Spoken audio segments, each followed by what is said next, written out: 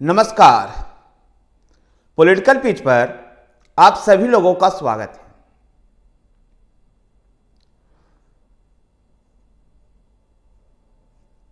महाराष्ट्र में अजीत पवार और शरद पवार के बीच में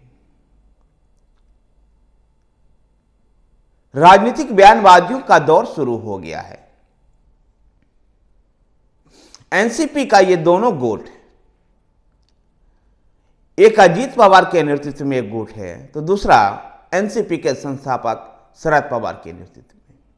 अजीत पवार वाला गुट एकनाथ शिंदे मंत्रिमंडल का हिस्सा है। ऐसे में अजीत पवार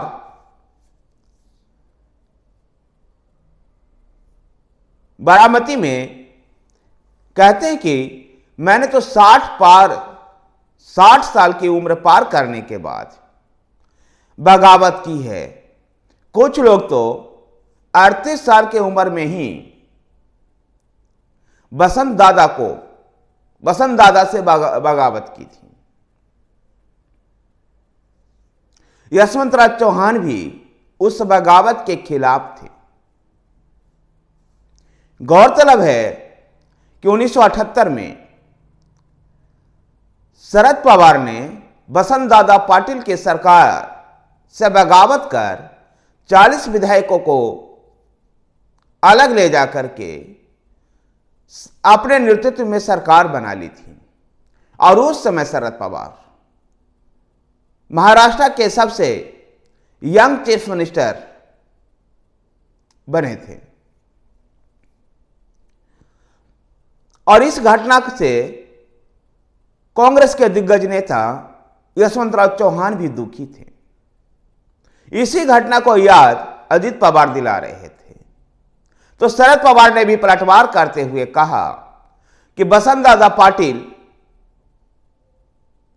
से वो बगावत नहीं थी बल्कि आपसी सहमति से लिया गया फैसला था।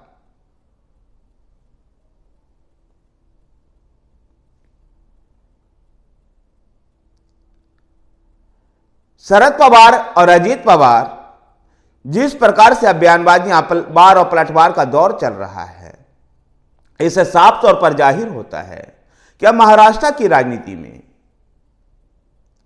जैसे जैसे लोकसभा का चुनाव नजदीक आ रहा है, एनसीपी के दोनों धड़े और शिवसेना के दोनों गुटों में भी ऐसे ही बयानबाजियों का दौर चलेगा।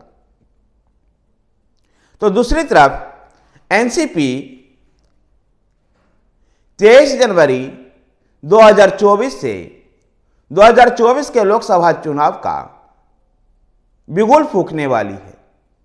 नासिक में बाला साहब ठाकरे की जयंती 23 जनवरी को मना करके वहीं पर एक जनसभा को संबोधित करेंगे उद्धव ठाकरे। और ये 2024 के लोकसभा चुनाव के लिए एक प्रकार से शंखानंद होगा। नासिक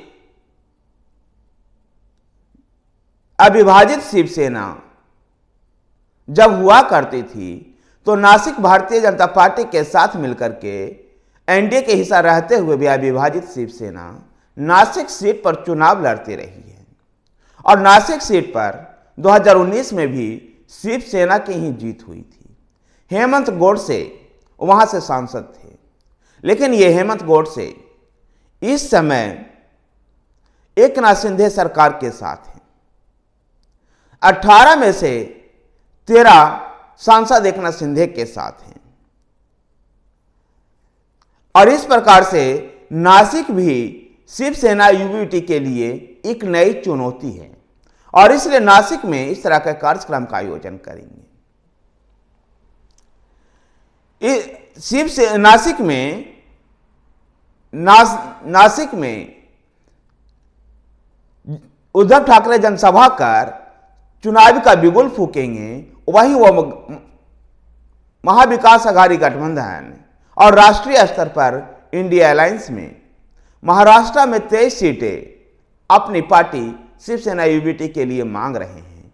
जबकि दूसरी तरफ कांग्रेस का यह दावा है कि शिवसेना और एनसीपी में टूट के बाद कांग्रेस मुख्य विपक्ष की पार्टी है और ऐसे में कांग्रेस ही सबसे ज्यादा सीटों पर कांग्रेस को ही मिलनी चाहिए। धन्यवाद साथियों। अगर आपको वीडियो पसंद आए तो वीडियो को लाइक कीजिए, शेयर कीजिए। हमारे साथ बने रहने के लिए हमारे चैनल पॉलिटिकल पिच को सब्सक्राइब कीजिए। धन्यवाद।